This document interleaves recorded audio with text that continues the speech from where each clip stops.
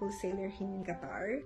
Ako po ay isang Hodgkin lymphoma warrior. Last 2022, ako ay nagkaroon ng classical Hodgkin lymphoma stage 4E. Kumalat na po siya sa buong part ng katawan ko, including my vital organs, my lungs, my bones, and my brain.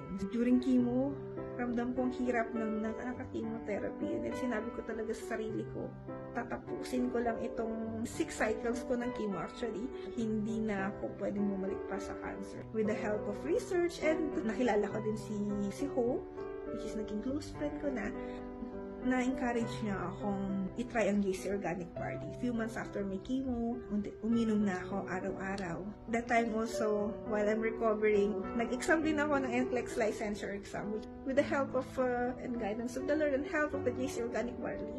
Para support ng family na naipasa ko yung exam. Ngayon, tuloy-tuloy po yung paggaling ko. Hindi na ako kasing dalas na mapagod katulad ng dati. Mas okay na talaga. Actually, mas okay pa yung pakiramdam ko ngayon kaysa before pa ako nagka-cancer. So, thank you talaga. Isa pong product na malaking itulong sa akin yung K-Pads. Because of the treatment of chemo, hindi ako dinatnan during and 6 months after the chemo. December lang, during our Christmas party sa JC, bumili ako yung K-Pads.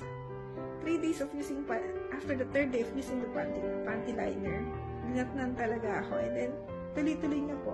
And regulated na menstruation ko, nawala yung dysmenorrhea ko.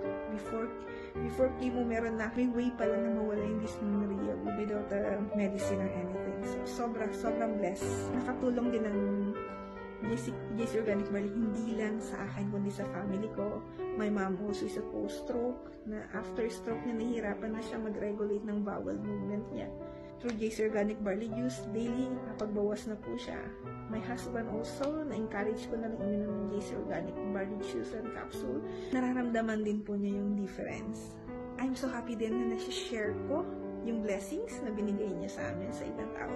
Same time, nakakatulong din po siya sa amin financially, ng extra income, while sharing my stories. And I'm just so happy, and I'm just so thankful.